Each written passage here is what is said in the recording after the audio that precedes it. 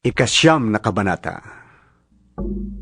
Sa paglalakad ni Jesus, may nakita siyang isang lalaking ipinanganak na bulag. Tinanong siya ng kaniyang mga alagad, Guro, sino pong nagkasala at ipinanganak na bulag ang lalaki ito? Siya ba o ang kanyang mga magulang? Sumagot si Jesus, Ipinanganak siyang bulag hindi dahil sa nagkasala siya o ang kanyang mga magulang, kundi upang sa pamamagitan niya ay mahayag ang kapangyarihan ng Diyos. Kailangan gawin natin ang mga ipinagagawa ng nagsugo sa akin habang araw pa. Malapit na ang gabi at wala nang makakagawa pagsabit niyon. Habang ako'y nasa sanlibutan, ako ang ilaw ng sanlibutan. Pagkasabi nito, dumura si Jesus sa lupa at gumawa ng putik.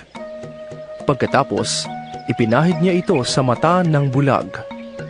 Sinabi sa kaniya ni Jesus, Pumunta ka sa deposito ng tubig sa Siloe at maghilamos ka roon. Ang kahulugan ng salitang Siloe ay sinugo.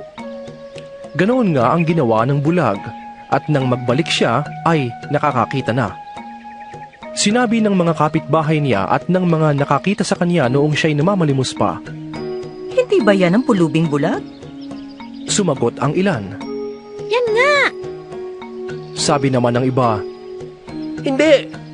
Kamukha lang! kaya't nagsalita ang dating bulag. Ako nga yun! Eh, papaano kang nakakita? Tanong nila.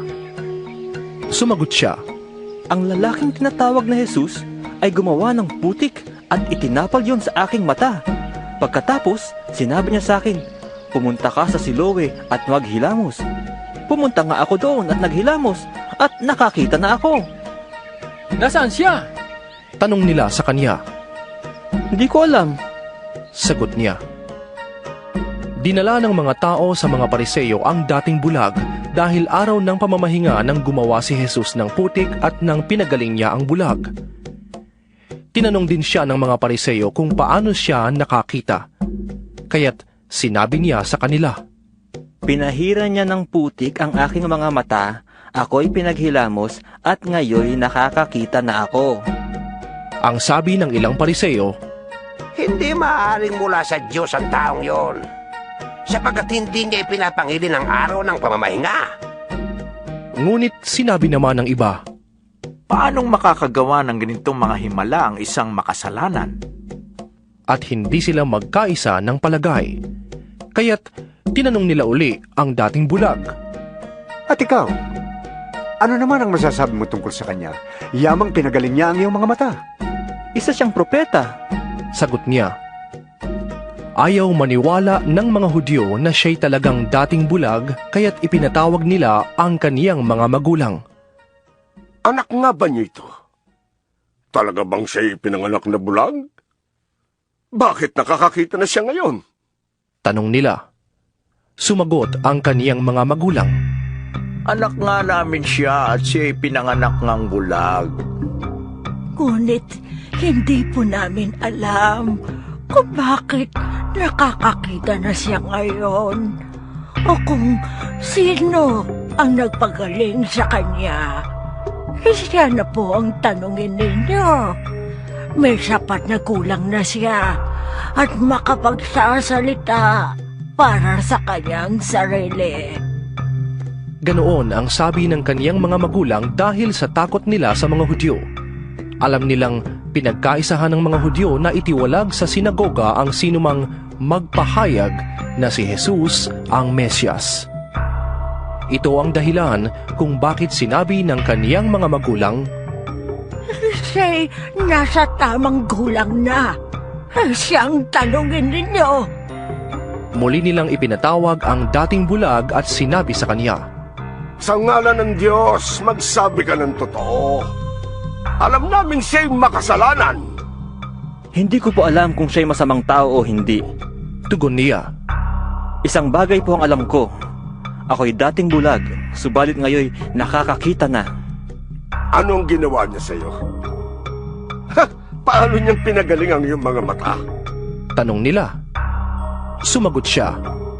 Sinabi ko na po sa inyo at ayaw ninyo akong pakinggan. Bakit ibig ninyong marinig uli? Ibig ba ninyong maging alagad din niya? At siya'y kanilang minura. Ikaw ang alagad niya. Sabi nila, Ngunit kami mga alagad ni Moises.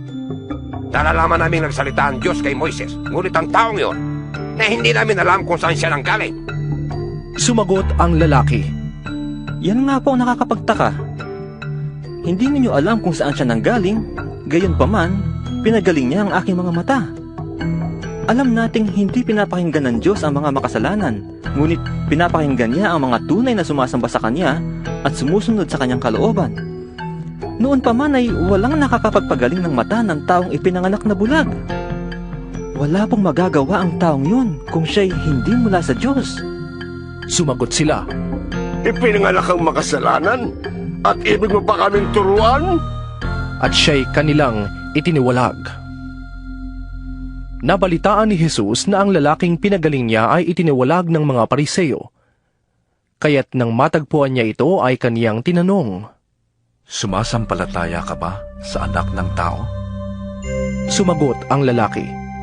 Sino po ba siya, Ginoo? Sabihin niyo sa akin upang ako'y manalig sa Kanya. Siya'y nakita mo na. Siya ang kausap mo ngayon. Wika ni Jesus. Sumasampalataya po ako, Panginoon. Sabi ng lalaki. At sinamba niya si Jesus.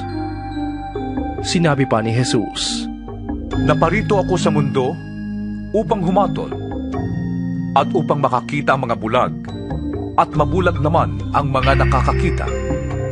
Narinig ito ng ilang Pariseyong naroon at siya'y kanilang tinanong, Ibig mo bang sabihin, bulag kami? Sumagot si Jesus, Kung kayo nga'y bulag, wala sana kayong kasalanan. Ngunit dahil sinasabi ninyong nakakakita kayo, mananatili kayo sa inyong kasalanan.